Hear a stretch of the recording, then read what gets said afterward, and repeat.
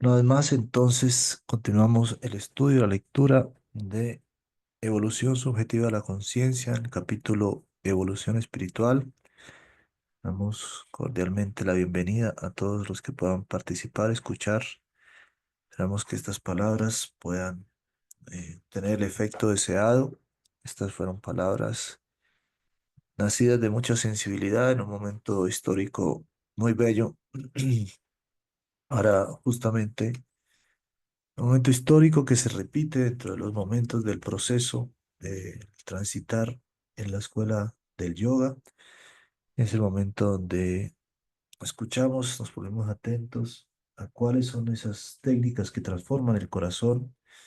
Sabemos que tenemos un corazón, una parte muy, muy profunda relacionada con los sentimientos o donde deberían guardarse todos nuestros sentimientos genuinos. Tenemos otro tipo de sentimientos, sentimentalismo, un ajuste que hace nuestra mente no muy acorde muchas veces con lo que verdaderamente debería ser un sentimiento y eso nos causa algún tipo de descontrol en el mundo porque somos movidos por los sentimientos, vamos hacia algunos lugares y a veces parece entonces que nuestro corazón sea, está atrofiado de alguna manera por las, qué sé yo, las decepciones, la mala administración. Pero se nos dice, hay técnicas para el corazón, para sanarlo, porque puede dañarse el corazón, pero el alma siempre permanece y con su voz, a veces escuchada, a veces no, nos invita a aumentar ese capital, ese sentir, ese sendero.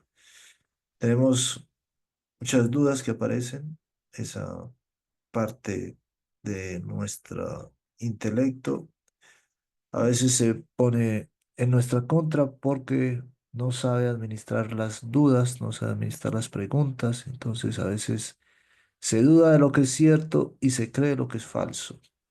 Así puede ocurrir. Si nosotros hacemos algún balance, podemos ver cómo no tenemos tan bien pulida y tan bien administrada esa capacidad de la duda, que es muy poderosa. Entonces, con la correcta dosis de duda, también con la correcta dosis de confianza, estamos empeñando nuestro intelecto y nuestro corazón en entender cómo es esa ciencia de la transformación. Y justo este texto, que es la evolución subjetiva de nuestro mundo más interno, de qué está hecho, cómo, cómo vivir en él, cómo fortalecerlo.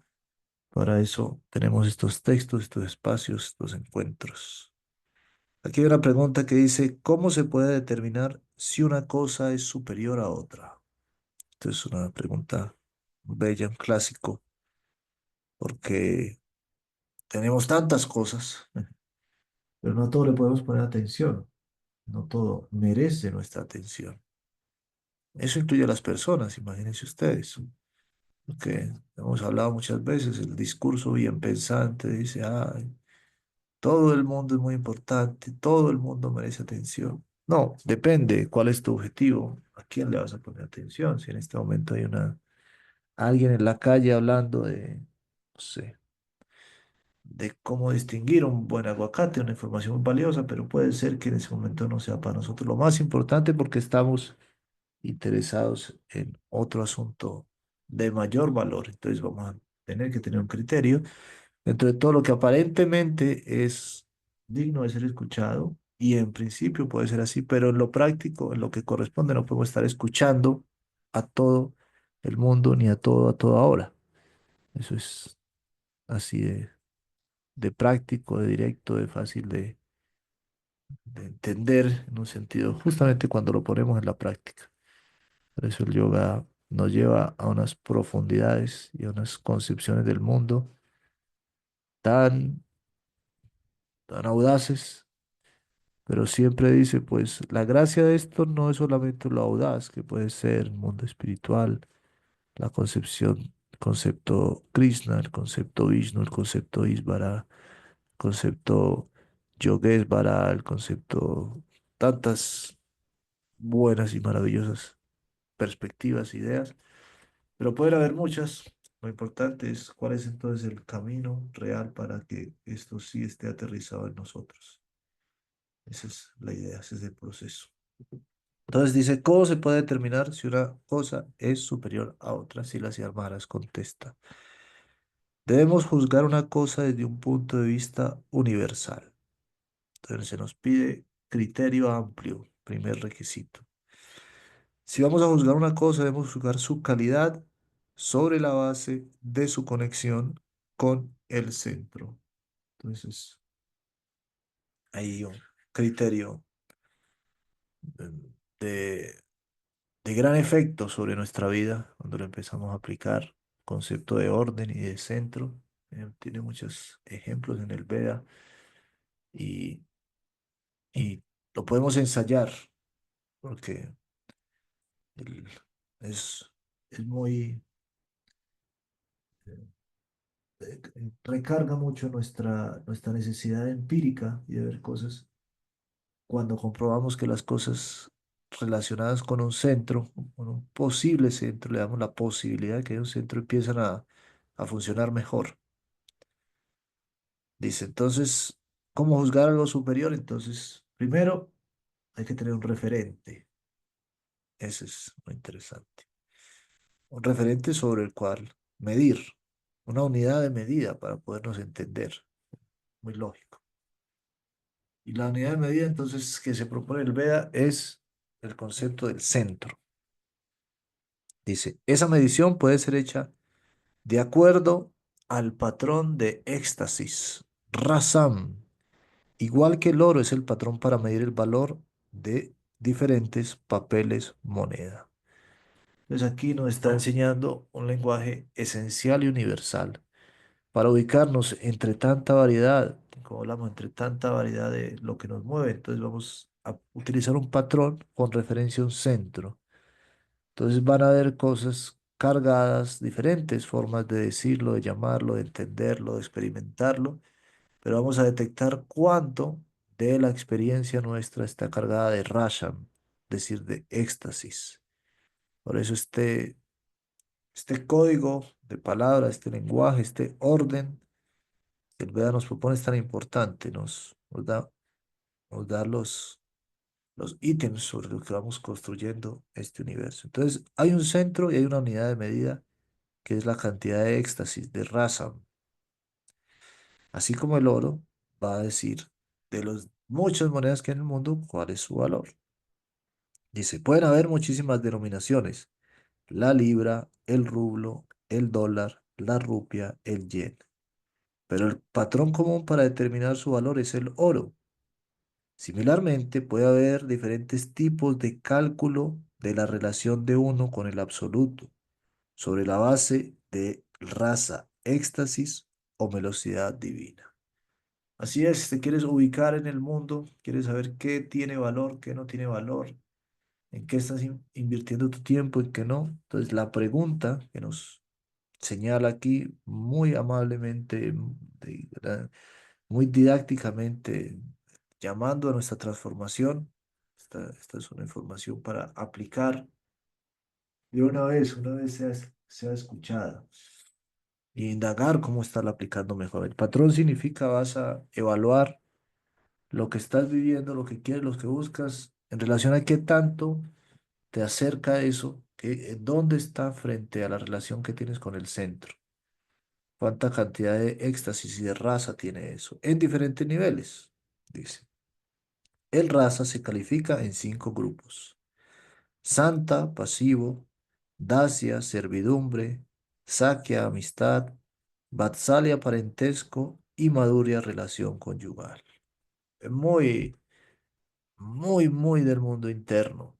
Por eso hace falta para que esto no se quede en lo abstracto, que tengamos vida espiritual.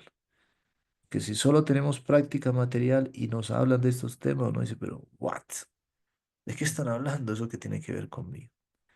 Pero el estudio de estos textos que requiere práctica espiritual va a irse entendiendo en la medida en que nosotros comprendemos qué es el servicio, qué es un sangha, cómo me ocupo en él, ¿Qué se necesita de mí ahí? Y puede ser que no tenga mucho para dar. El Bhakti es muy generoso. Se necesita solo que le des importancia. Y naturalmente, si le das importancia, vas a encontrar ilimitadas formas de servir. Vas a darle, por ejemplo, a este solo acto de escuchar una, una perspectiva de servicio. Y te vas entonces a postular para recibir ese primer grado. Algunas personas ya lo adquirieron en este sendero del Bhakti, que es de Sravaka. Vas a identificarte como un oyente genuino, sincero, regular, atento. Por dar un ejemplo, pero muchas más cosas requieren o tienen para nuestra posibilidad esa práctica espiritual que se hace en compañía, que tiene un istadev, una relación con la deidad, un programa de aprendizaje de los mantras, de los cantos, todo eso que va dándonos a nosotros la capacidad de que cuando escuchamos acerca de esto ya sabemos más o menos por dónde es que eso está presente en mi vida. Si no, va a ser o muy amañado, muy inventado, porque la mente cualquier cosa la falsifica, o simplemente inexistente.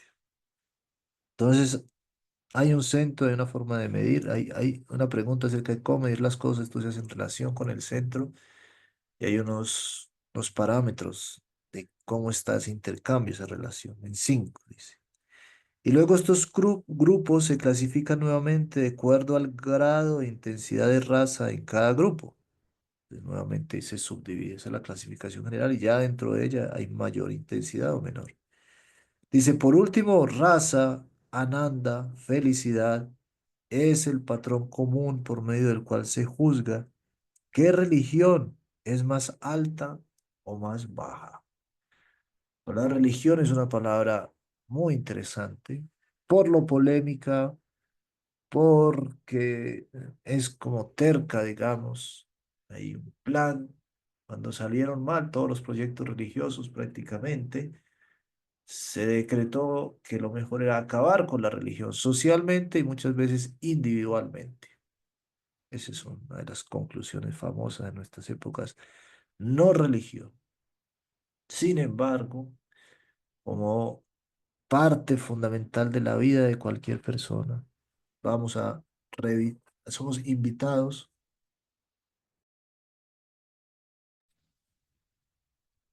invitados a revisar honestamente qué es eso de la religión. Pasando un poco del trauma, evidentemente tenemos razones para tenerlo.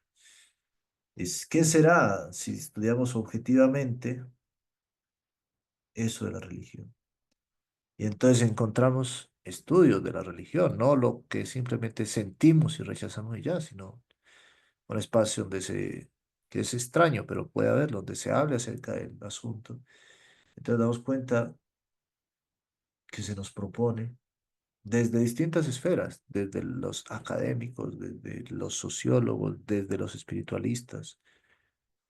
Cuando se estudia objetivamente se da cuenta, efectivamente, no se puede vivir sin religión, pero ¿cómo así que no? Yo vivo, no necesito ninguna. No.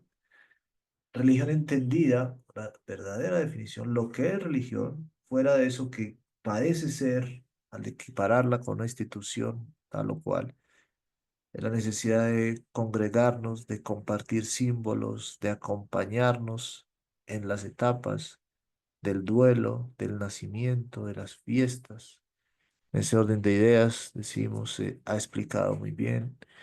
Cualquier institución universitaria es una religión, tiene sus componentes, los hace efectivos, le sirven, da buenos resultados. Lo mismo un país es una religión con sus buenos resultados, con sus peligros también.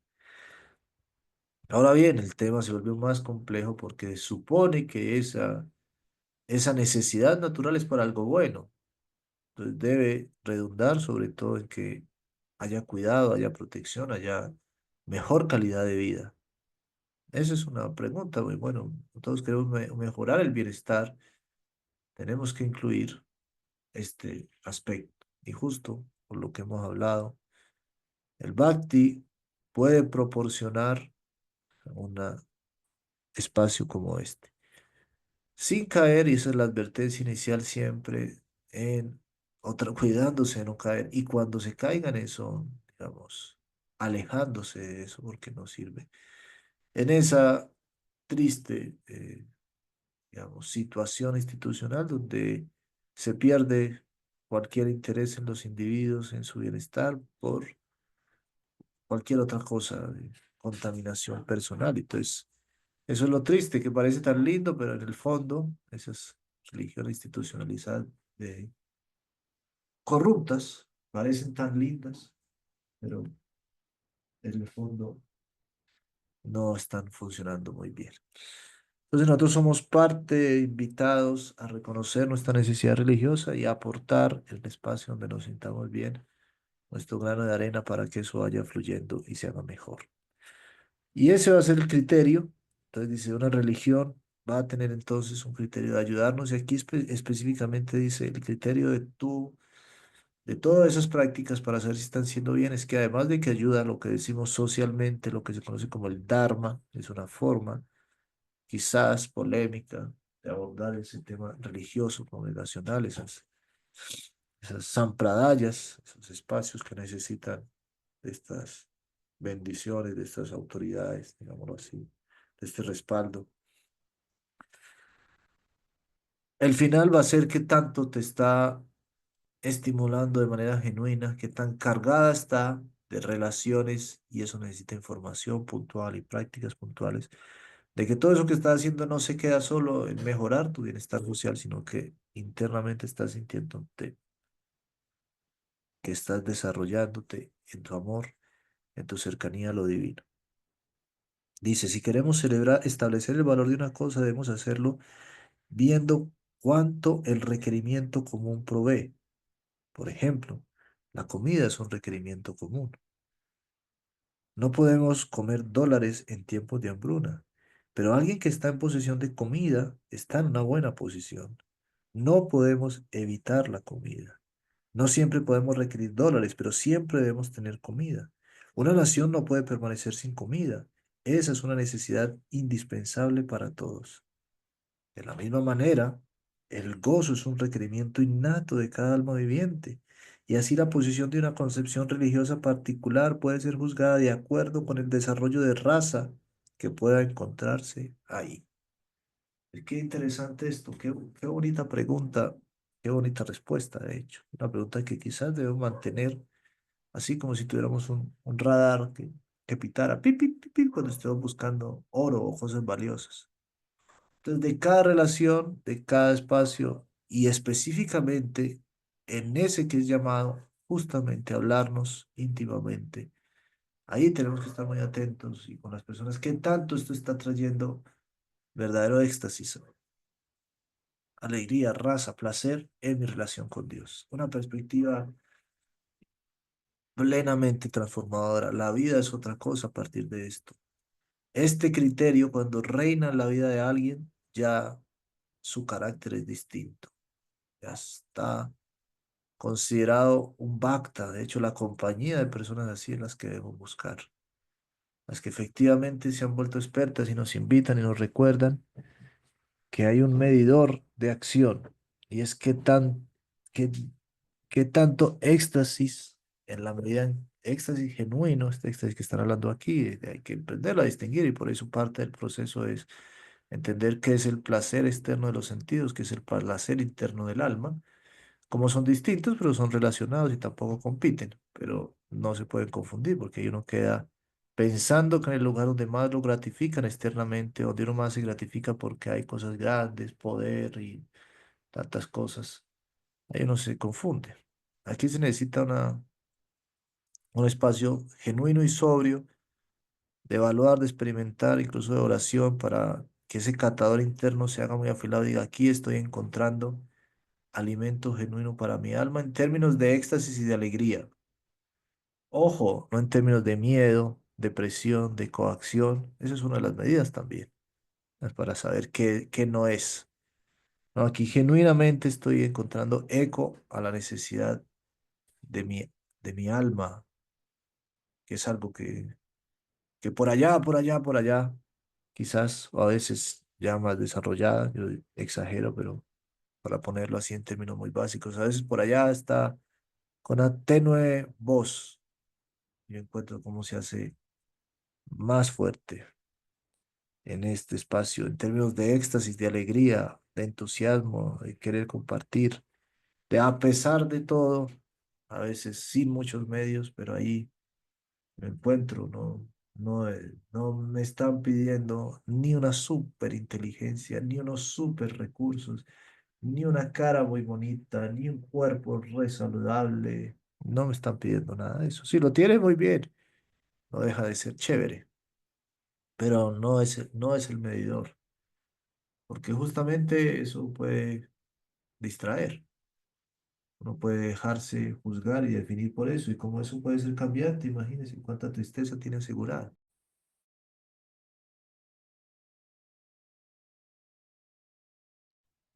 Aquella persona que solo aprendió a darse valor y entendió y se aprovechó de cómo en ciertas esferas se le da valor por su belleza, su dinero, su elocuencia.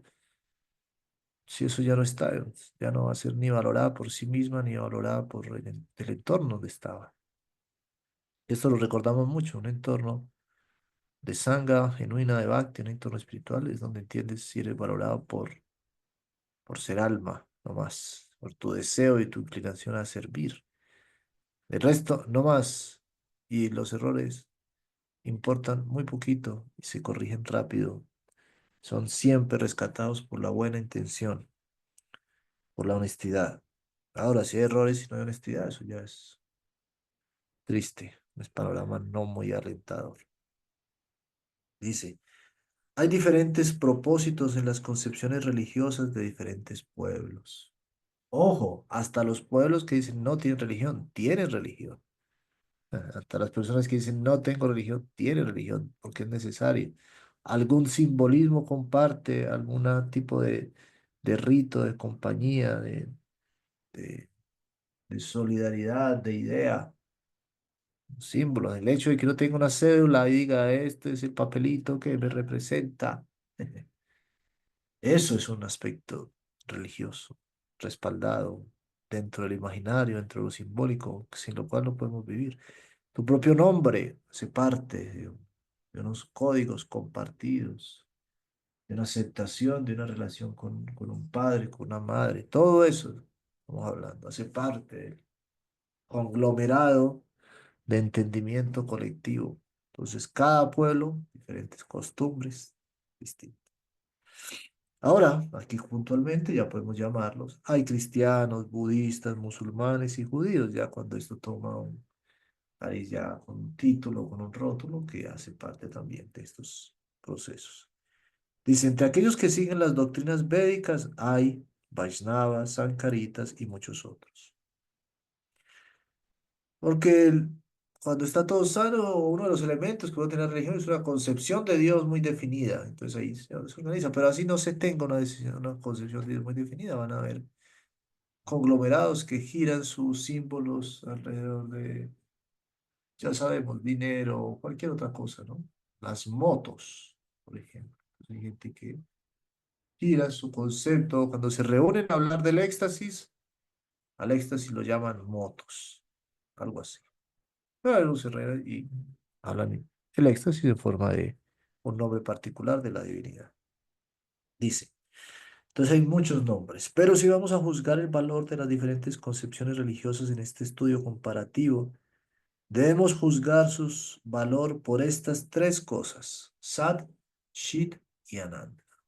Criterios, claridad, tareas para hacer cada una de estas cosas que escuchamos.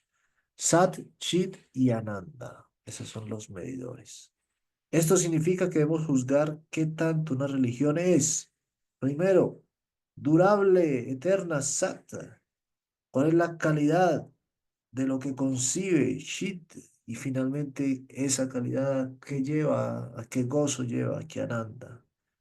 Esa es una forma de juzgar esas instituciones que puede ser, pero más chévere o más práctico, más directo, en nuestro propio participación religiosa.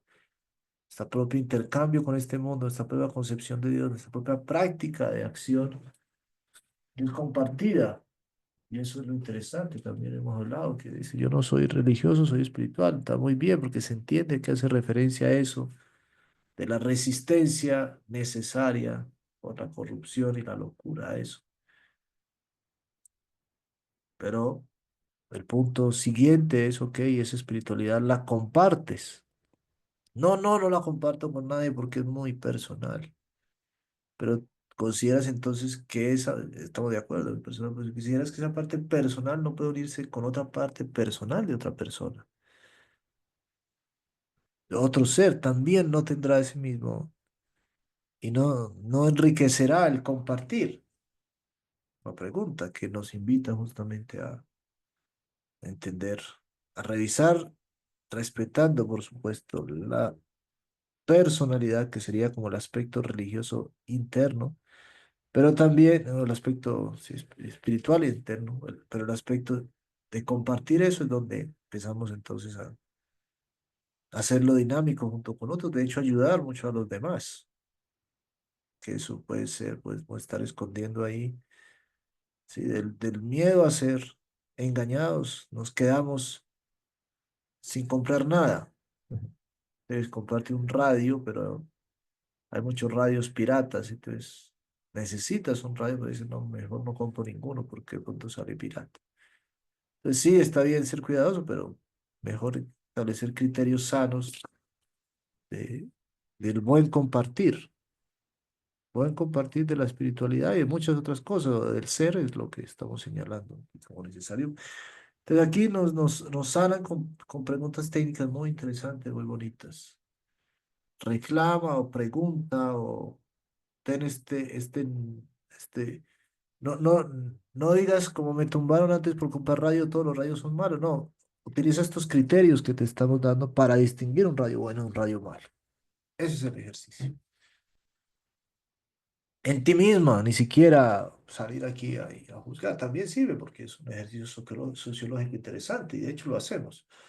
Pero tampoco hay como una campaña de decir, ¿dónde está cada fiel y cada feligrés de tal y tal cosa? En términos generales podemos darnos cuenta de cuánto contenido tiene algo, incluso para saber dentro de eso qué apreciar, qué compartir y qué no. Tenemos mucho, no tendría interreligiosamente mucho que compartir en estos mismos términos. De hecho, la idea es que ese sea el criterio, no el otro, no, no la etiqueta externa. Es muy interesante eso también. Que no dice, ah, este dice que es de esta congregación, entonces ya es así. No, porque después vas a ver y dentro de esa congregación hay un montón de, de formas de hacerlo distinto. Pues no es una etiqueta, aunque la gente, ese es el error también. Dice, ya con esta etiqueta ya estoy listo. Yo solamente digo, Dios se llama así y creo en él y ya. Después lo que yo haga en mi vida, mi cantidad de envidia y de rencor, eso no importa porque yo ya me puse esta camiseta. Muy común eso, es proselitismo, una cosa muy triste. Muy propensa estamos a eso también. Cuando se hace énfasis en la etiqueta externa que identifica y que sirve para que uno rápidamente se sienta ahí parte, pero cuando se descuida y no se hace énfasis en esto que estamos hablando hoy, un desastre termina ahí, terminamos alienados. Entonces, ¿qué tanto eternidad, qué tanto buen conocimiento, buena configuración, capacidad de darnos éxtasis, Satchitananda tiene esa concepción? ¿Qué tanto podemos concebir de ella dentro del plano del conocimiento? ¿Y cuál es su desarrollo de raza, Ananda? Entonces, ¿qué tan duradera es? ¿Qué tanto conocimiento tiene? ¿Qué tanto raza nos da? Estas tres cosas deben estar ahí. Existencia, conciencia y la comida de la conciencia, el éxtasis, felicidad. Interesante. Todo eso tiene. Estoy sintiendo que esto vale la pena. Vivir yo, mi existencia, esto que está pasando conmigo. Interesante. La buena, lo superior, va a darte entusiasmo y reconciliación con tu existencia. ¿Y cómo va a hacer eso? Nuevamente, tiene que ser capaz de conseguir tu existencia en lo relativo y en lo absoluto. Te da herramientas para que aproveches tu momento de juventud, de dinero, de salud, de inteligencia, de belleza, lo que sea. por un lado, pero por otro lado te explica, tu existencia no se reduce a eso. Muy interesante y muy recordado en este hermoso sendero del Bhakti. Queremos defenderlo y que siga estando presente esa valoración, que cada individuo realmente se dé la oportunidad de valorarse a sí mismo, aprovechando los recursos que tiene, sabiendo a la par que es más allá de esos recursos. Bueno, y que de hecho los recursos son ilimitados, porque la misma conciencia es el recurso mayor. Estímulo para entender esto, es eterno, estamos ahí después, que mi pensar no sea una tortura, que mi pensar lleve a buenas ideas, que mi pensar sea aplicado, mi lógica, al entendimiento de las cosas dando buenos resultados. Y finalmente, que yo sea recompensado con alegría en el corazón. Genuina, empiece yo a distinguir lo que dirán en los pequeños estímulos propagandísticos de este bienestar más profundo. Debemos comparar la religión sobre la base de estas tres cosas. De esta manera podemos preguntar, ¿cuál es el propósito del Islam, del cristianismo, del judaísmo o del budismo, considerando existencia, conocimiento y éxtasis, que son las metas de toda religión?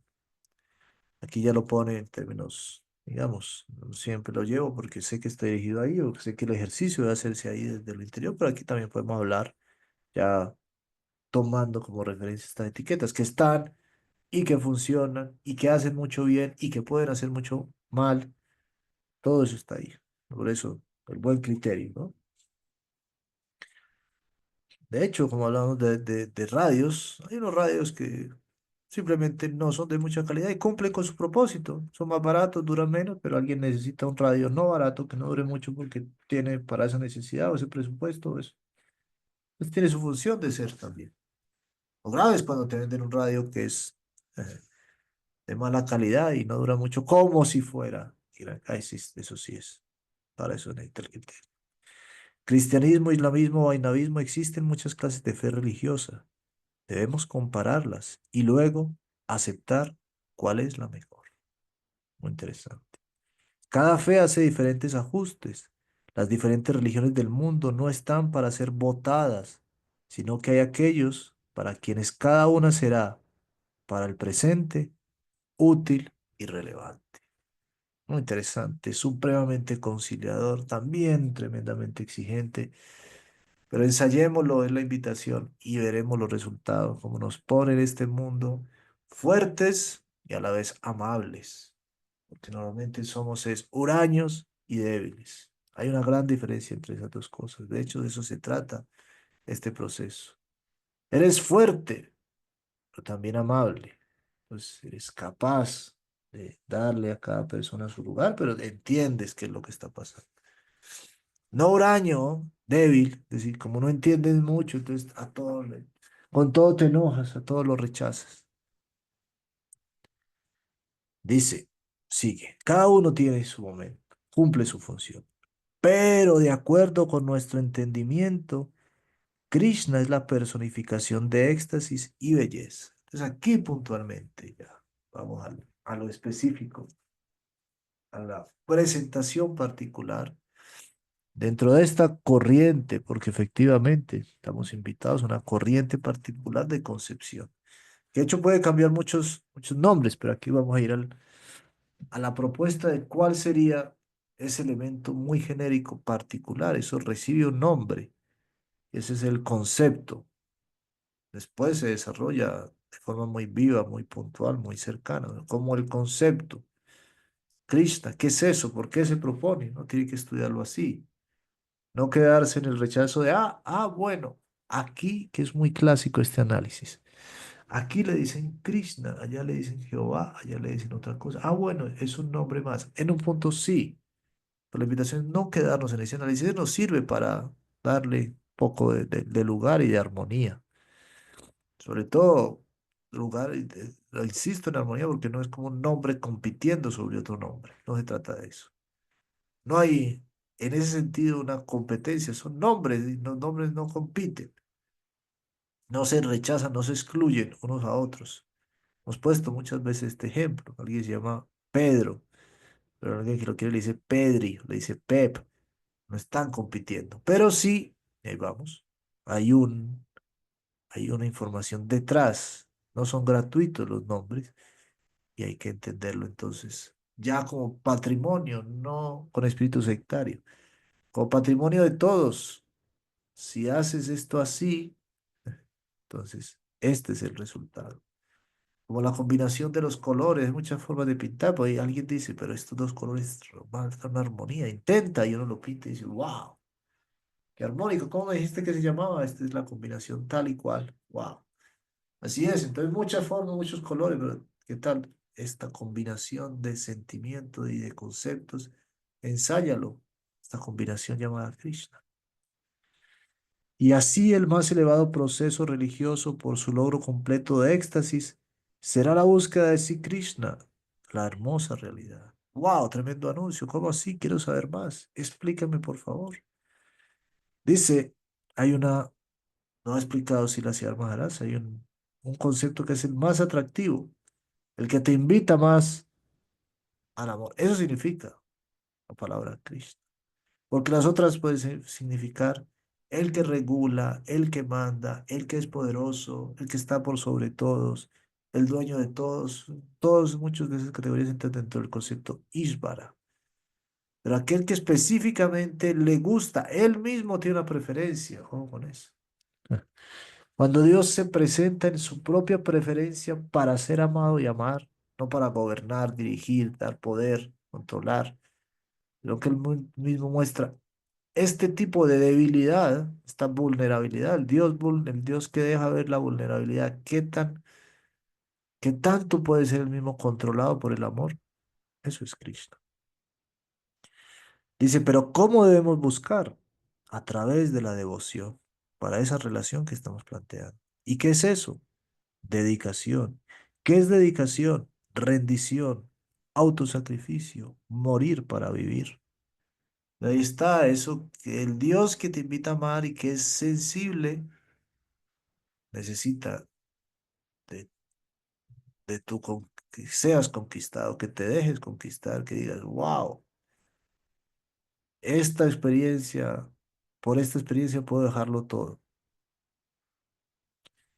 Imagínese, para darte cuenta que nada dejas, o sea, es tan grande que todo lo demás. ¿No? Dice dejarlo todo, uy, pero dejarlo todo es dejar 20 pesos para que te den un billete de 100 pesos.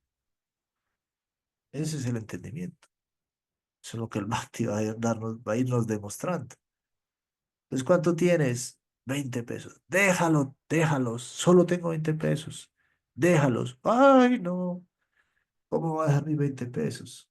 En el buen entendimiento dice, pero ¿para qué me estás dejando? Porque te voy a dar 100. En tu billetera solo tienes espacio para un billete. Tienes uno de 20. Sácalo. No. Te voy a dar uno de 100. Sí.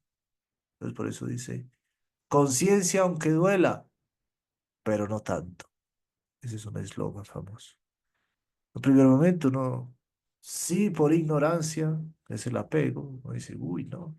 No, no, no, no, no, no, no, no, no, no. Me quieren quitar. eh, para llevárselo a ellos, cosas así, porque también ahí estamos hablando, las malas religiones. No me quieren quitar, me quieren someter ahí a. Eso es lo delicado de todo esto. Efectivamente, bajo este mismo discurso de entrega, la gente es explotada en instituciones religiosas mal concebidas o mal desarrolladas. Entonces sí se requiere que te entregue con los ojos abiertos, sabiendo bien, entendiendo esto. Y entonces eso lo tienes que ir probando. Eso es lo interesante. La rendición no es ciega. No, tú vas, ¿no? Confirmando. Ensayo y error. No dices, ya, no pienso más. No, porque Krishna también se mueve. Entonces, si tú ves a Krishna y dices, va a seguir derecho siempre. Me dijeron que para allá derecho. Y después ves una curvita, un pequeño, te vas al precipicio.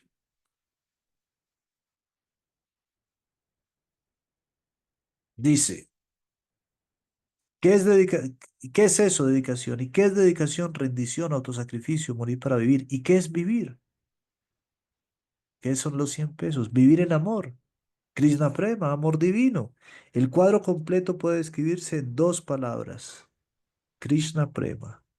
La búsqueda de Sri Krishna es Sambandha Gyana, o el entendimiento de nuestra relación con el objeto de nuestra satisfacción. De esto se trata. Sambandha, ¿de qué está hecho este, estos movimientos? ¿Quién es quién? ¿Quién soy yo? ¿Qué recursos tengo? ¿Quién es Dios? Eso es Sambandha Gyana. Esto es lo que hacemos. Entonces ahí empieza el asunto. Muy bello, muy capaz de nutrirnos. Unas definiciones que resetean nuestra vida para bien, refundan la concepción que tenemos del mundo, de nuestra casa, de nuestro propio cuerpo. Y ahora, en relación con algo. Así pasa a veces en algunos países. Se cambia todo el gobierno, entonces ya tú tienes que averiguar, bueno, ¿y este gobierno qué onda? ¿Cómo es? ¿Qué lugar ocupo yo ahí? Ahora eres un esclavo de este, uy, ¿no? O hay un nuevo gobierno, ahora eres un ciudadano, wow. Entonces así, Krishna, ¡pum! Llegó a controlar tu mundo, es el nuevo, has descubierto, no es el nuevo porque así siempre está, pero lo has descubierto, tienes la perspectiva, te das cuenta, lo has aceptado, siempre está, pero sin aceptar o aceptando. Lo has ignorado por servir a otro que tenía su lugar, nomás ya la ilusión, pero ahora se funde y dice, bueno, y si el mundo es gobernado por Dios, voy a ensayar eso. Dentro de ese reino, ¿qué lugar ocupo yo? Ahí vas a ver cómo hay siempre empleo. En este nuevo reino, con este nuevo jefe, tú siempre tienes algo que hacer y algo que te va a satisfacer. Eso se llama iniciación, eso se llama pertenencia a una escuela. Estamos directamente invitando, hemos fundado esta escuela de Bhakti para eso, para representar humildemente con las bendiciones de nuestros maestros una pequeña sucursal, es nuestro intento, es nuestra ofrenda, para que esos reinos tengan una oficina de despacho particular. Por supuesto, no tenemos ninguna cualificación particular, pero nos hemos sido bendecidos, lo reconocemos, lo aceptamos, lo hemos vivido por los que avalan este proceso. Y ahí estamos. Tenemos la conexión muy siempre llena de agradecimiento con nuestros guías en, en este camino. Dice entonces, Sambandha, la búsqueda de Sri Krishna es Sambandha, Gyana o el entendimiento de nuestra relación con el objeto, nuestra satisfacción. Luego, ¿qué es esa búsqueda y cuál es su fin? En pocas palabras, en su más simple expresión, hemos descrito todas estas cosas en la portada de nuestro libro, La búsqueda de Sri Krishna, la más hermosa realidad. Muy hermoso. Vamos a dejar por aquí, vamos a continuar próximamente y ahí entonces seguiremos. Muchas gracias. Si ¿tienen alguna pregunta, observación? Este es el momento. Mura Premanandi, Haribol. Joana, adelante. Pues me encuentro todavía organizando la idea de la pregunta que quiero hacer, pero voy a intentarlo. Em, Va más enfocada como a cómo cuidar esa dimensión de el amor espiritual, del amor interpersonal, porque entiendo un poco que cuando nos invitan a la modalidad de la bondad es como amar a todos, tener como una perspectiva de poder lograr o ver a todos como con ojos de amor, pero en los razas nos dan cierta especificidad para relacionarnos también con Dios. Entonces quería entender eso. Hay como un amor ecuánime hacia todos, pero luego hay esa especificidad del raza. Sí, Una vez se ha establecido la fuente, una vez sabes dónde está el dinero, puedes repartirlo después conforme a cuánto dinero puedes sacar. Tienes la mina de oro y después haces bien a los demás con el oro. Entonces, por eso se establece una relación con Krishna va a enriquecer todas las demás relaciones interpersonales, que se repiten en pequeño, la servidumbre, la amistad, la paternidad, el amor conyugal, todo eso se puede experimentar enriquecido desde Krishna. Ese es el proceso. Entonces, por eso primero es una relación con Krishna, con la fuente, con el oro, y después a repartir ese oro. Eso tenemos que irlo entendiendo, pero en la medida en que más Krishna tenemos, más queremos repartirlo y más nos interesa aprender a repartirlo bien y más vamos a aprender a confirmar cómo en el corazón de los otros eso le está haciendo bien. Ese es el proceso. Eh, La idea es la siguiente, Krishna quiere a todos más que nosotros, queremos a cualquiera. Entonces Él nos va a enseñar, en la medida en que lo aprendamos a amar a otros, parte de su amor es enseñarnos eso tan lindo que es amar a otros.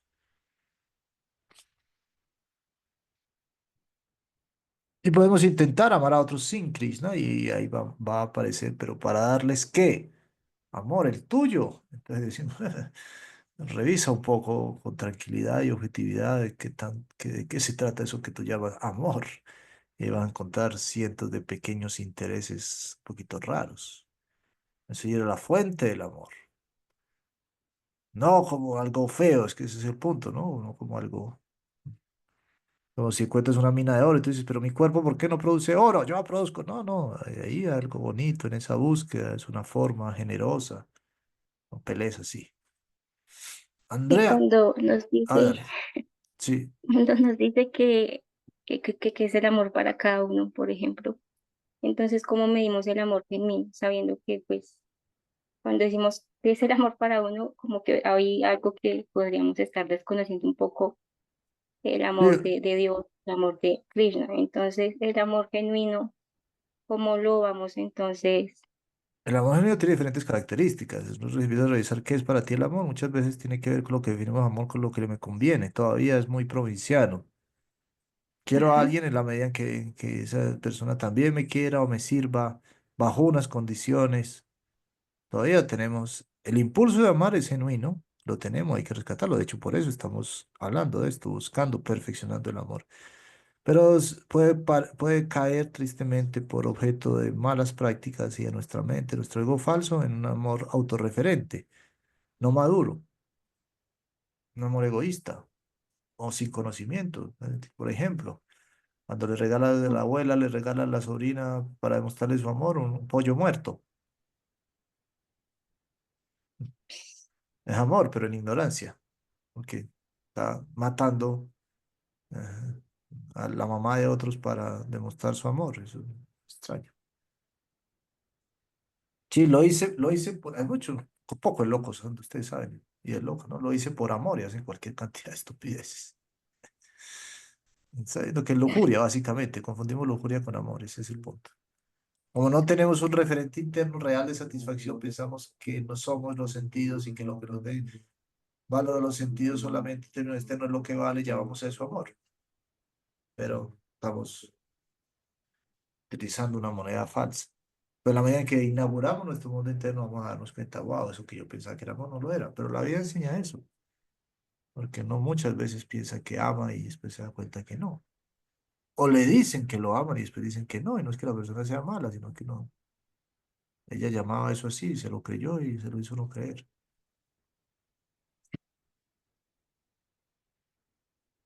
Andrea Ok. Sánchez. Ari, ¿cómo estás? Hola a todos, hola Kelly, ¿cómo han estado? Gracias. Es que pues yo tengo como un debate muy fuerte con el tema de la palabra religión. A mí eso me espanta enormemente en el ejercicio de mi espiritualidad porque como, como se lo ha dicho Hari, yo suelo ser de esas personas que tienen una espiritualidad muy egoísta, muy mía, ¿sí? Yo tengo problemas para vivir esa espiritualidad en sanga porque mi primera sanga no comparte los términos espirituales que me llevan a, al fin último del ejercicio espiritual. pero pues menos mal encuentro sitios como este donde puedo ver que fluye la idea que yo tengo. Y pues de ustedes tengo todavía el Bhagavad Gita y eso me acompaña todos los días y es muy chévere leerlo. Pero, por ejemplo, hay cosas como que, como se decía ahorita, eh, uno comparte, entre comillas, amor desde la ignorancia. Y, y en el Gita yo leía como que, no, no mentiras, no fue ahí, solo estuve escuchando en otro lugar. Em, Muchas veces la abuelita le regala un pollo muerto a su nieta, pues por X o Y razón, y con eso le quiere demostrar su amor. Y ante los ojos de nosotros, los humanos, los ojos que están encarnados, pues nosotros decimos, no, pues qué ignorante, o sea, está mal porque eso es amor en ignorancia, ¿sí? Y tendemos a tener ese prejuicio. Pero, pero ya hablando desde tratando de entender cómo nos ven los ojos de Krishna, de Dios, em, yo lo veo como mamá y digo, cuando mis hijos eran pequeñitos y venían y me traían un mamarracho hecho en una hoja que solamente ellos podían descifrar y me decía, esta es mi mamá y este es el perrito y este y yo, uno le decía, no, qué hermoso, qué bello, qué cosa más linda. Y para uno eso era un acto de amor, aunque el niño de pintura no supiera un, un poquito. Muchas veces yo creo que cuando es genuino ese amor que uno tiene en su alma, en su espíritu, por la búsqueda del amor de Dios, uno comete muchas ignorancias, ¿sí? Entonces, pero leo y vuelvo a ese verso del Bhagavad Gita donde dice que aquel que tiene una gran fe y que siempre se refugia en él y que siempre piensa en él y que le presta un amoroso servicio trascendental, ese amoroso servicio trascendental son tres palabras que yo entiendo y ahí es donde viene la pregunta. No sé si me puedas complementar esto porque para mí el amor tiene muchas manifestaciones, así nosotros podamos juzgarlo de ignorante, ¿sí? O sea, tengo mucha gente a mi alrededor que no comparte mi espiritualidad, pero aún así intentan demostrarme su amor de muchas formas, aunque en algunas pueda parecer un poquito tóxico, pero pues sucede así. Entonces, yo por lo menos en esta etapa de mi espiritualidad he entendido el amor hacia el creador de una forma como que cuando ya estás muy enamorado de alguien que te gusta en este plano, buscas comprometerte con esa persona, buscas hacerlo alguien especial para ti, entonces los muchachos piden el cuadre y ya los adultos entonces piden el matrimonio y cosas por el estilo, porque es algo que tú dices, este es un amor que yo ya no quiero soltar, que también es algo que se me hace que hace parte un poquito como de la ignorancia, del estar agarrado a algo ¿m? Que puede dejar de ser en cualquier momento. Pero hablaba del compromiso. Entonces son dos cosas. Primero, em, desde la ignorancia que tenemos cuando damos amor, em, si asimismo Dios lo recibe, si asimismo Krishna lo ve, si hay algún aliciente frente a esa situación, porque uno muchas veces quiere dar amor regalando pollos muertos, pero no porque uno sea malo, sino porque uno lo que tiene son pollos muertos, no tiene otra cosa para dar. Y la otra es que si en ese amoroso servicio trascendental, em, esos actos ignorantes también cuentan ante em, eso que en últimas uno debe recibir, aunque yo sé que uno no debe estar apegado a los resultados, pero pues siempre es bueno saberlo para uno poder ir puliendo esas cosas. Eso. Ajá. Sí, hay que fundar más categorías. Es decir, existe el amor en ignorancia y también existe el falso amor o el parecer que estamos amando. Esas son dos cosas distintas. Efectivamente, cuando el amor está cubierto de ignorancia o de ciertos elementos no tan finos, tenemos la idea de tratar de hacerlo bien. Hay un progreso en el amor, por supuesto, y tú pones el ejemplo de tus hijos traer esos mamarrachos, esa era la condición de lo que ellos tenían ahora. Ahora, si ellos se quedan toda la vida pudiendo mejorar su dibujo, haciéndolo negligentemente, eso ya no están tan bien, y eso va a venir siempre a decir cuánto das. das lo que puedas, pero ¿cuánto puedes? Ese siempre hace una muy interesante pregunta, porque uno podría solaparse la mediocridad en el amor diciendo, no, pues él igual él recibe todo, ¿no? Pero si tú lo puedes hacer más con mayor esmero, más va a ser importante para ti. Dios, por supuesto, que recibe todo, pero Él también quiere que sabe que a nosotros nos hace bien darle un lugar de importancia a las cosas que hacemos. Entonces haces el dibujo feo por descuido, por negligencia o por tus capacidades. ¿Y cómo evalúas si son tus capacidades o tu negligencia? Es una excelente pregunta, para eso necesitamos el sanga. Eso lo dijo Jesús muy lindo, no estamos viendo cuánto das, sino con cuánto te quedas. ¿Sí? O sea, ¿quién da más? ¿El que teniendo 5 dio 3 o el que teniendo 10 dio 4? Algo así. Ese es uno de los puntos muy interesantes del proceso, que es el proceso de aprender a amar, que viene con lo que tú dices, que es aceptar lo que yo puedo dar con plena confianza de que el Señor lo va a recibir, porque Él dice, yo recibo una flor, una hoja, eso de hecho el elemento externo no, con cuánto de tu intención interna estás haciendo, que esa intención interna va a verse enriquecida con cuánta capacidad tienes de revisar tu intención interna y no quedarte como que, no, como él no se fija en nada, lo voy a hacer mediocremente. ¿Era mediocremente o son tus posibilidades? Pues primero acepta lo que damos es lo que podemos ahora, ¿sí? Pero ¿será que sí? ¿O será que podría dar un poquito más? Entonces uno dice, bueno, yo esto es lo que entiendo que ahora puedo dar, pero estoy abierto a que me eduquen en cómo hacerlo bien. Y el niño acepta que la mamá venga y le enseñe a dibujar mejor para seguir con el ejemplo. Entonces es una cosa, y eso está muy bien que lo hayas preguntado y recalcado para el ejemplo del pollo, la bolita de eso, pero evidentemente ya podría en algún momento pensar, y mi nieta ahora no come animales, quizá yo pueda ser, no sentirme mal si ella solo acepta la parte de las recetas deliciosas que hago que son sin carne y estas no. Algo así, ¿qué pasa? Estamos yendo a algo muy práctico. Ella también en su amor puede entender eso, pero si está apegada a decir, eso ya es otra cosa, ¿no? Eso se vuelve maluco. Ahora, existe el amor engañoso, de hecho, no todo el que diga yo hago esto con amor lo está haciendo con amor. Y ese es el punto que nos invita también a estarnos revisando qué de las cosas nuevamente estamos haciendo porque podemos y qué otras cosas simplemente estamos utilizando la etiqueta del amor para nombrar así intereses personales, que es lo que le decíamos a Kelly. Y me gusta mucho justamente para el tema religioso, que es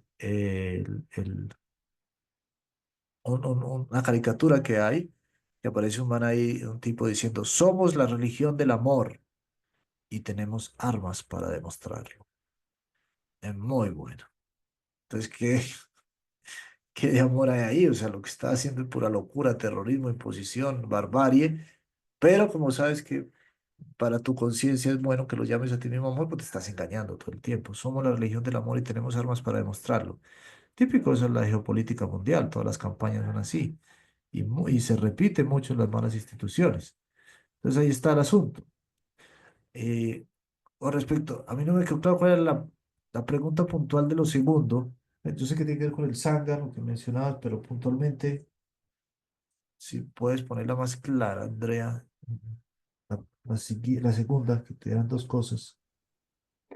La segunda era sobre, ay, ahora a ver, em, pues era como sobre ese mismo amor ignorante, pero que da uno desde uno.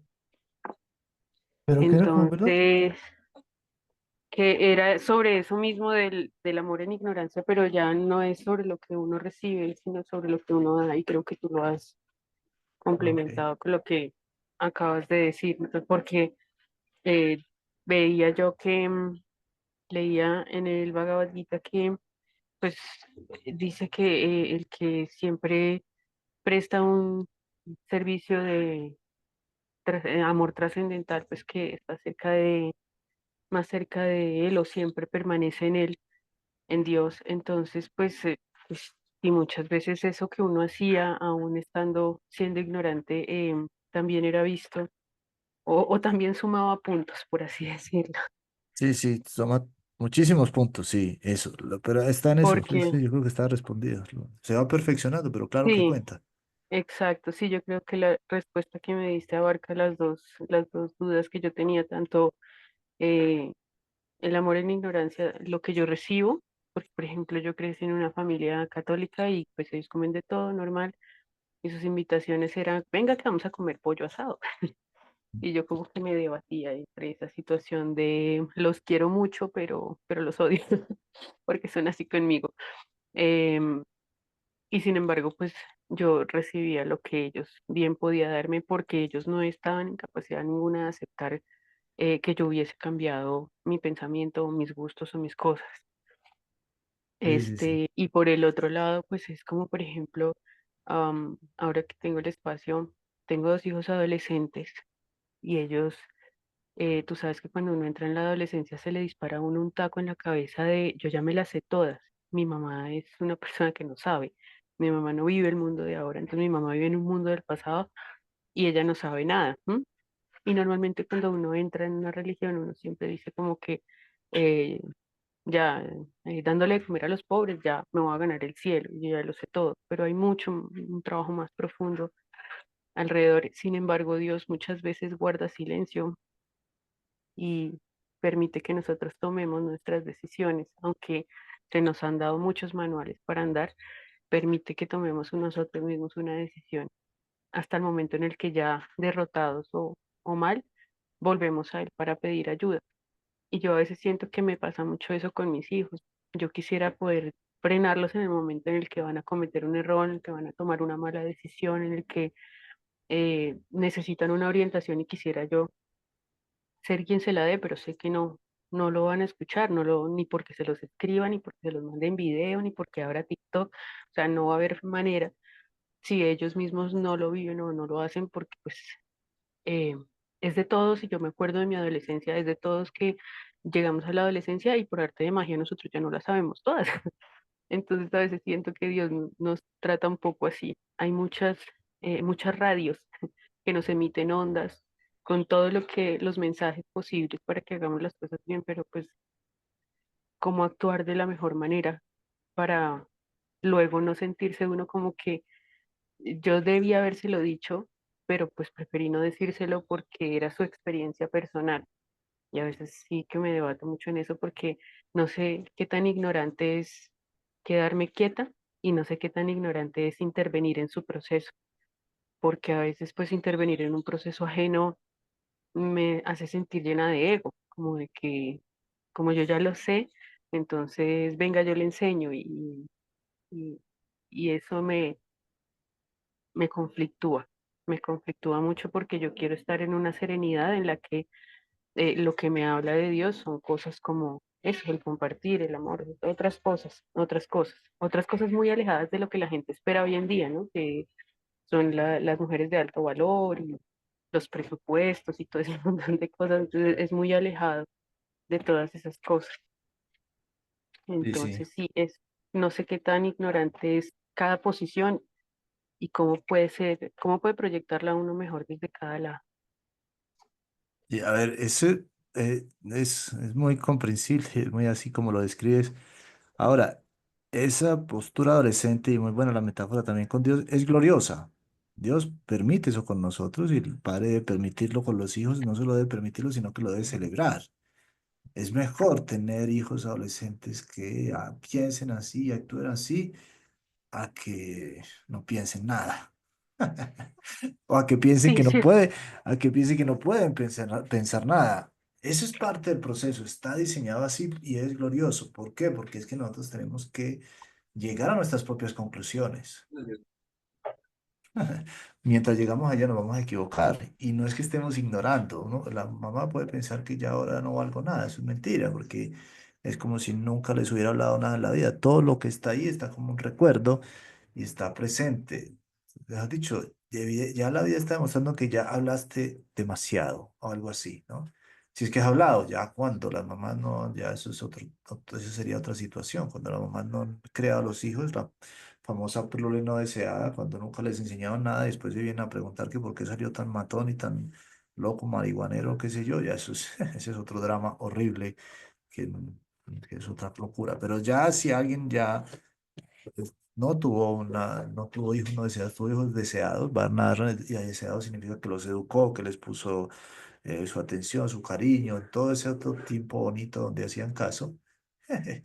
Ya naturalmente, gracias a Dios, hay que celebrarlo. Llega el otro momento donde o hacen caso o no hacen caso, o a veces sí, o a veces no, a veces para nada. Eso es, el espectro es muy grande, pero hay que celebrar que ya están teniendo autonomía, propio criterio, que eso les va a hacer sospechar de lo que digan los padres directamente, porque sería como estar todo el tiempo copiando y a nadie le gusta eso, ¿no? Vas a dibujar y un rato dibujaste desde el modelo del profesor, pero en un momento dices, no, pero si yo me quedo todo el tiempo dibujando el modelo del profesor, esto se vuelve muy aburrido, voy a explorar a ver qué hago, si hago un ojo así, una cara así, todo eso está ahí. Entonces, hay que celebrarlo, es supremamente bueno, es muy chévere. Y eh, ahí, bajo esa fuerza que nos da, vamos entonces, ahora sí, a aprender desde el propio libertad y fuerza a darle a cada cosa su lugar. Entonces sí, Krishna celebra un montón el final del Bhagavad Gita, texto 63, 18, 63, lo puedes leer y meditar en él. Y ti te llama Akyatam Guhyantaram Maya Visri Yaitam Asesena Yate Shasi Tatakuru. Así pues, te he explicado un conocimiento aún más confidencial, le dice Krishna Arjuna. Delibera bien acerca de esto. Tómalo desde tu perspectiva, con toda la rebeldía. O sea, no puede ser de otra manera que esto no lo entiendas desde tu propia perspectiva. Ah, yo quisiera que tú dijeras, sí, sí, sí, todo lo que tú dices es, no, pero eso a mí no me va a gustar. Yo quiero que sea, sí nazca de tu propio entendimiento, que inaugures tu entendimiento. Delibera. Voy a tolerar todas las deliberaciones falsas, reales, irreales, malucas que haga, porque eso va a asegurar que salga dentro de ti. Delibera acerca de todo esto y luego haz lo que desees. No existe amor, no existe individuo, no existe nada realmente que valga la pena si no es pasado por ese espacio de libertad. Entonces tenemos que estar muy orgullosos de que la gente tenga 16, ¿qué, perdón? 1863.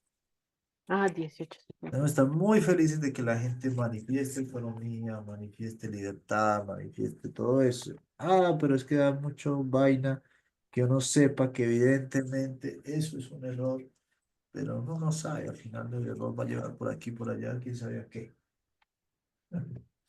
Los inventos de la humanidad parecían errores, pero al final fueron muy buenos. Entonces ahí está, no ha sido en vano. Krishna ya habló todo el Bhagavad Gita, los papás ya hablaron toda la niñez. Y qué buena noticia que alguien se manifieste ese inaugurar su autonomía.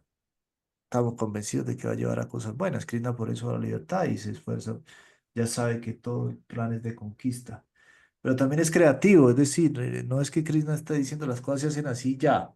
No, las cosas se hacen así y son enriquecidas con tu amor. Las cosas están hechas en el universo para que nuestro amor complemente el universo. El universo es completo, se mantiene completo, pero nosotros podemos hacerlo más completo. Es algo así, una cosa loca, porque uno dice, no, voy a chantajear a Dios con mi amor. No, no necesita tu amor, está completo, pero es sensible a tu amor. Entonces sí lo puedes hacer mejor.